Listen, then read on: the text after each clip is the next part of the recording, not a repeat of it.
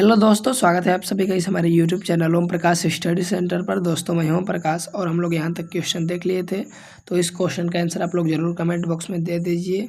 अगला दोस्तों क्वेश्चन की ओर बढ़ते हैं। निम्नलिखित में से किस समिति ने मौलिक कर्तव्यों को शामिल करने की सिफारिश की थी? तो देखिए दोस्तों, आप लोग को मैं बताते चलूँ कि भारतीय संविधान में जो है मौलिक कर्तव्य जो है वो 42वें संविधान संशोधन अधिनियम 1976 द्वारा जोड़ा गया था दोस्तों। और आपको मैं बताते चलूँ कि ये जो स्वर्ण सिंह समिति थी, यानी ऑप्शन नंबर डी के साथ राइट आंसर होगा स्वर्ण सिंह समिति। अच्छा, बलवंत राय मेहता समिति का संबंध किससे दोस्तों? पंचायती राज से। किससे? पंचायती राज से। वहीं पूछा जाए दोस्तों, तारापुर समिति का जो है संबंध किससे है? तो भारतीय रिजर्व बैंक से है। और वहीं राधाकृष्णन समिति का जो संबंध पूछा जाए दोस्तों किससे है? तो भारतीय विश्वविद्यालयों से संबंध है। इंपॉर्टेंट है, याद रखिएगा। और जैसा कि अभी बताया हूँ कि बलवंत राय मेहता समिति जो है दोस्तों, ये पंचायती राज से संबंधित है, यानी स्थानीय स्वशासन से। ठीक है। अगला दोस्तों प्रश्न है, हड़प्पा सभ्यता की खुदाई के दौरान राजा के मुकुट की खोज कहाँ हुई थी? देखिए, जो हड़प्पा सभ्यता है दोस्तों, ये इसकी जो खोज है वो 1921 में हुई थी, रावी नदी के तट पे। इसके जो खोजकर्ता थे वो दयाराम साहनी थे। कौन थे दोस्तों? दयाराम साहनी जी। और वहीं किए थे। और ये जो है कुणाल से मिला है, यानी ऑप्शन नंबर जो है वो सी राइट आंसर होगा, ऑप्शन नंबर सी। देखिए दोस्तों, मैं आपको बताते चलूँ कि हरियाणा के फतेहाबाद ज़िला में दोस्तों ये स्थित है, ये भी याद रखिएगा। और ये हड़प्पा सभ्यता से वहाँ से जो है मुकुट प्राप्त हुआ है। ठीक है। अगला प्रश्न की ओर बढ़ते हैं। अगला क्वेश्चन है दोस्तों, संविधान के इन प्रावधानों में से कौन से भारतीय राज्य के धर्मनिरपेक्ष चरित्र को प्रकट करते हैं? तो देखिए, प्रस्तावना बिल्कुल प्रकट करता है दोस्तों। और ये DPSP ये भी करता है दोस्तों। और मौलिक अधिकार ये सब करते हैं, यानी उपरोक्त सभी होगा। मैं आपको बताते चलूँ दोस्तों इम्पोर्टेंट बात कि जो प्रस्तावना है दोस्तों, प्रस्तावना ये जो है संयुक्त राज्य अमेरिका से लिया गया है। कहाँ से लिया गया है दोस्तों? संयुक्त राज्य अमेरिका से। वहीं जो DPSP है, यानी राज्य के नीति निर्देशक तत्व, ये दोस्तों आयरलैंड से लिया गया है दोस्तों। बहुत ही महत्वपूर्ण है और ये तो कई बार एग्जाम में पूछा है DPSP, तो ज़रूर याद रखिएगा।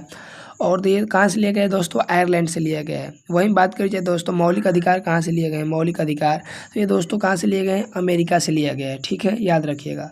प्रस्तावना पूछा जाए तो संयुक्त राज्य अमेरिका, राज्य के नीति निर्देशक तत्व पूछा जाए तो आयरलैंड, और वहीं पूछा जाए मौलिक अधिकार कहाँ से लिए गए तो दोस्तों अमेरिका के संविधान से लिया गया है, याद रखिएगा। अगला प्रश्न है, भारतीय संविधान में प्रस्तावना का विचार निम्नलिखित में से किस देश के संविधान से लिया गया है? जस्ट मैं अभी ऊपर ही बताया हूँ दोस्तों कि जो प्रस्तावना है दोस्तों वो संयुक्त राज्य अमेरिका से लिया गया है, यानी ऑप्शन नंबर जो है वो डी राइट आंसर होगा। ठीक है, याद रखिएगा। अगला प्रश्न है, ये भी क्वेश्चन इंपॉर्टेंट है और आपके एग्जाम में बन सकता है।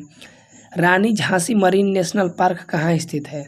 तो ये भी इंपॉर्टेंट है दोस्तों। ऑप्शन देख सकते हैं, तमिलनाडु दिया है, पांडिचेरी दिया है, अंडमान और निकोबार द्वीप समूह दिया है, लक्षद्वीप दिया है। तो ये दोस्तों अंडमान और निकोबार द्वीप समूह के पर स्थित है, यानी ऑप्शन नंबर सी के साथ राइट आंसर होगा। ठीक है। अगला प्रश्न है, देखिए मैं आपको बताते चलूँ कि जो रानी झांसी समुद्री राष्ट्रीय उद्यान है दोस्तों, ये 1996 में स्थापित हुआ था। ये भी याद रखिएगा। कब? 1996 में, 1996 में। ठीक है, याद रखिएगा। जब सरकार के तीसरे स्तर अर्थात पंचायत और नगर पालिकाओं को संवैधानिक बनाया गया था, तब प्रधानमंत्री कौन थे? तो देखिए, ये भी इम्पोर्टेंट क्वेश्चन है दोस्तों और ये आपके एग्जाम में बन सकता है। तो नरसिम्हा राव थे। नरसिम्हा राव, यानी ऑप्शन नंबर किस में दिया है? ऑप्शन नंबर जो है वो सी राइट आंसर होगा। अगला प्रश्न है, एक बांस के टुकड़े से जुड़े एकल तार वाले संगीत वाद्य यंत्र को क्या कहा जाता है?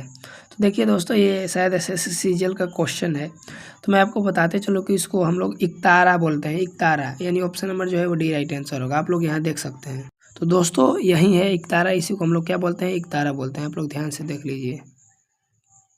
ठीक है। अगला प्रश्न है, वृद्धि हार्मोन किस ग्रंथि द्वारा स्रावित होता है? बहुत इंपॉर्टेंट है दोस्तों। तो देखिए, जो वृद्धि हार्मोन जो है वो पीयूष ग्रंथि से, यानी पिट्यूटरी ग्रंथि से स्रावित होता है दोस्तों। यानी किस में दिया है? ऑप्शन नंबर जो है वो बी राइट आंसर होगा, पीयूष ग्रंथि या जो पिट्यूटरी ग्रंथि। ठीक है, याद रखिएगा। इंपॉर्टेंट है और ये क्वेश्चन कई बार पूछा गया है। अगला प्रश्न है, सर्वोच्च न्यायालय के मुख्य न्यायाधीश की सेवावृत्ति की आयु क्या है? तो इसके बारे में आपको बताते चलूँ दोस्तों कि जो सर्वोच्च न्यायालय के न्यायाधीश हैं दोस्तों, इनकी जो है सेवानिवृत्ति की जो आयु है 65 वर्ष है दोस्तों, यानी ऑप्शन नंबर जो है वो सी राइट आंसर होगा। और देखिए अगर 65 ना दिया हो तो 62 भी आंसर हो सकता है, याद रखिएगा, ठीक है। और उच्च न्यायालय, देखिए दोस्तों ये तो सर्वोच्च न्यायालय था।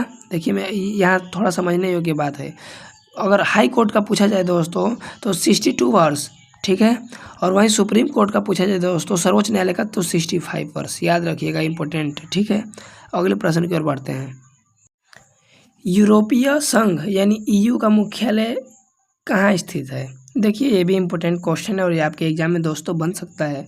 तो मैं आपको बताते चलूँ कि जो यूरोपीय संघ का मुख्यालय है दोस्तों, ये कहाँ है दोस्तों? ये ब्रुसेल्स या ब्रसेल्स में है, यानी ऑप्शन नंबर जो है वो डी राइट आंसर होगा। क्या होगा? Option number D.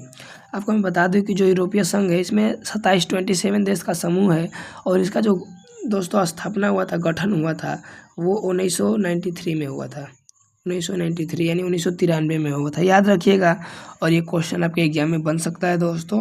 तो वीडियो कैसा लगा ज़रूर कमेंट बॉक्स में बताइए। और दोस्तों बहुत सारे जो है व्हाइट बोर्ड पर क्वेश्चन आने वाले हैं, तो आप लोग घबराइए नहीं, क्योंकि जब हम तैयार और आप तैयार तो बीच में रोक देगा कौन स्टार के साथ वीडियो को बंद करते हैं।